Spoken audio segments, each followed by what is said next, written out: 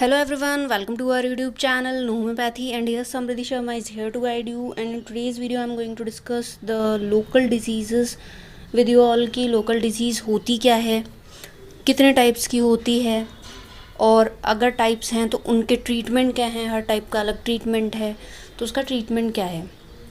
तो ये चीज़ जो है मैं आपसे इस वीडियो में डिस्कस करने वाली हूँ. तो सबसे पहले मैं आपको ये बताना चाहती हूँ कि लोकल डिजीज़ जो है वो वन साइडेड डिजीज़ का एक टाइप है. और वन साइडेड डिज़ीज़ क्या होती है? वन साइडेड डिजीज़ वो डिज़ीज़ होती हैं जिनके बहुत कम आपको सिम्टम्स देखने को मिलते हैं, क्रॉनिक कैरेक्टर की होती है और आप बहुत बड़ी मुश्किल से ठीक होती है. आप उसको काफ़ी हद तक ठीक नहीं कर सकते. ठीक है, तो क्योरिटी जो है उसकी बहुत कम होती है, रिकवरी रेट बहुत अच्छी होती है, क्योर बहुत कम कर सकते हो आप. So that are the one sided disease. So one sided disease जो है 172 to 184 एफोरिज्म में वन साइड डिजीज़ के बारे में बता रखा है. अब हम आ जाते हैं लोकल डिजीज़. लोकल डिजीज़ जो है वो 185 से 203 एफोरिज्म में बता रखी है. Now what is the definition of the local disease? Local disease की definition is simply local disease is a one sided disease in which changes appear locally on the external part of body. यानी कि आपको body part पे जो भी science दिख रहे हैं, ठीक है, हम ये कह सकते हैं कि जो भी साइंस दिख रहे हैं वो लोकल डिजीज़ हो गई. Okay, so it is a type of one sided disease. अब लोकल डिजीज़ के टाइप जो हैं वो कॉज के बेस पर हैं कि आखिर इस लोकल डिजीज़ का कारण क्या है. कोई बाहरी कारण है, एक्सटर्नल कॉज है, या फिर कोई इंटरनल कॉज है. ठीक है, एक्सटर्नल कॉज जो है वो एक्सटर्नल लेजन से अराइज होता है. ठीक है, इंटरनल कॉज जो है वो अराइज होता है कि कुछ इंटरनल डिरेंजमेंट हुआ और उसके बाद जो है आपको बॉडी के ऊपर जो कुछ साइन देखने को मिल रहे हैं तो वो इंटरनल कॉज हो गया. आपको सिर्फ इतनी सी बात ध्यान रखनी है कि जो लोकल डिजीज़ है उसमें आपको साइन देखने को मिलेंगे, क्योंकि सिम्टम तो मरीज़ खुद बताता है कि ये मैं महसूस कर रहा हूँ, लेकिन साइंस जो हैं वो आप खुद देख सकते हो. कोई भी जना जो है वो साइन देख सकता है बॉडी के ऊपर. तो बॉडी के ऊपर आपको कोई चीज़ देखने को मिल रही है, that is a sign and it is a one sided disease, that is a local disease. Okay, तो अगर बाहरी कारण है तो उसका इलाज कुछ अलग तरीके से होगा, ट्रीटमेंट कुछ अलग है. अगर इंटरनल कॉज है तो उसका ट्रीटमेंट कुछ अलग है. अब ट्रीटमेंट की मैं आपसे बात कर लेती हूँ कि इसका ट्रीटमेंट क्या है. तो अगर कोई लोकल डिजीज़ है जो एक्सटर्नल कॉज की वजह से हुई है, एक्सटर्नल कॉज आप कह सकते हो कि कोई इंजरी वगैरह हुई हो, ठीक है, तो आपको सबसे पहले क्या करना है, मैकेनिकल एड बहुत ज़्यादा ज़रूरी है. ठीक है, सपोज़ किसी को फ्रैक्चर हो गया. ओके, तो फ्रैक्चर हुआ है तो सबसे पहले आपको मैकेनिकल एड देना उस इंसान को ज़रूरी है.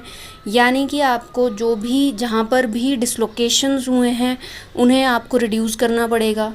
ठीक है, बैंडेजिंग करनी पड़ेगी, आपको प्लास्टर करना पड़ेगा, या फिर अगर मान लो कि एक्सीडेंटल कॉज है उसमें ब्लड फ्लो ज़्यादा हो रहा है तो ब्लड फ्लो ज़्यादा होने को रोकने के लिए आपको क्या करना पड़ेगा, ब्लड फ्लो को स्टॉप करना पड़ेगा.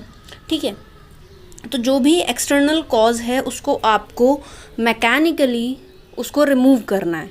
This is the first thing. Okay, फिर आपने क्या किया कि मैकेनिकल एड से उस अफेक्टेड पार्ट को ठीक कर दिया, जो भी आप कर सकते थे. उसके बाद मतलब जो कारण है उसको आपको रोकना है.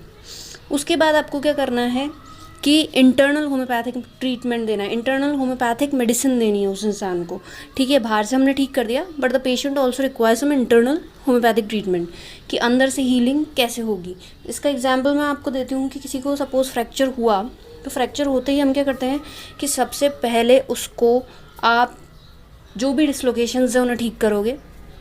ओके, मानो एल्बो फ्रैक्चर हुआ, ठीक है, तो एल्बो फ्रैक्चर में एल्बो को आप स्ट्रेंथ प्रोवाइड कराओगे, डिसलोकेशंस ठीक करोगे, but the patient at the simultaneously require the internal homeopathic treatment कि आप जो है उसको सिम्फाइटम भी दे सकते हो लेने के लिए. आप जो है बाहर से आपने ऑइंटमेंट लगाने को दे दिया, कैलेंडुला जो है टिंचर आपने लगाने को दे दिया, लेकिन आप इंटरनली जो है कैलेंडुला दे सकते हो. ये साफ लिखा हुआ है कैलेंडुला में कि आप एट अ सेम टाइम अगर बाहर मदर टिंचर लगा रहे हो तो आप इंटरनली भी दो. इससे क्या होगा, हीलिंग प्रोसेस बहुत अच्छा होगा. ठीक है, तो एक्सटर्नल कॉज में दोनों चीज़ों की ज़रूरत पड़ती है, मैकेनिकल एड की भी और इंटरनल होम्योपैथिक ट्रीटमेंट की भी। अब हम बात कर लेते हैं अगर कोई इंटरनल कारण हो तो क्या करना है। अगर कोई इंटरनल कारण है बाहरी लोकल डिजीज़ का, तो सबसे पहले आपको कंप्लीट पिक्चर ऑफ डिजीज़ बनानी है, ठीक है। सबसे पहले आपको कंप्लीट पिक्चर ऑफ डिजीज़ बनानी है, टोटलिटी बनानी है। आपको ये पता करना है कि लोकल अफेक्शन का एग्जैक्ट कैरेक्टर क्या है, मरीज़ की सफरिंग क्या है। फिर जब आपकी टोटलिटी बन जाए तो आपको उसको मेडिसिन दे देनी है on the basis of the totality of symptoms. जो भी होम्योपैथिक मेडिसिन जो है वो आपको प्रिस्क्राइब कर देनी है, ठीक है। इसमें सबसे इम्पॉर्टेंट चीज़ ये है कि एक्सटर्नल आपको कुछ भी नहीं देना है।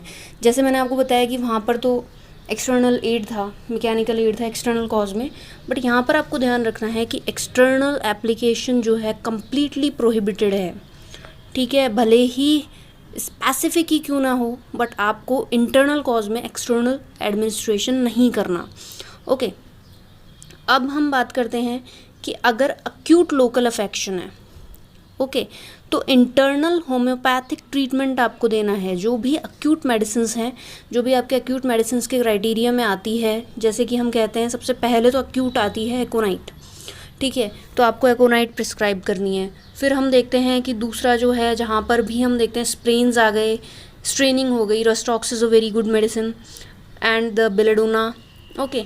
तो अगर अक्यूट लोकल अफेक्शंस हैं तो आपको अक्यूट मेडिसिन ही प्रिस्क्राइब करनी है, ठीक है। साथ ही साथ आपको मरीज़ को खान पीन का ध्यान रखने को भी कहना है, और अगर आपको सोरा दिख रहा है वहाँ पे कहीं पे तो एंटीसोरिक ट्रीटमेंट भी देना है, ठीक है।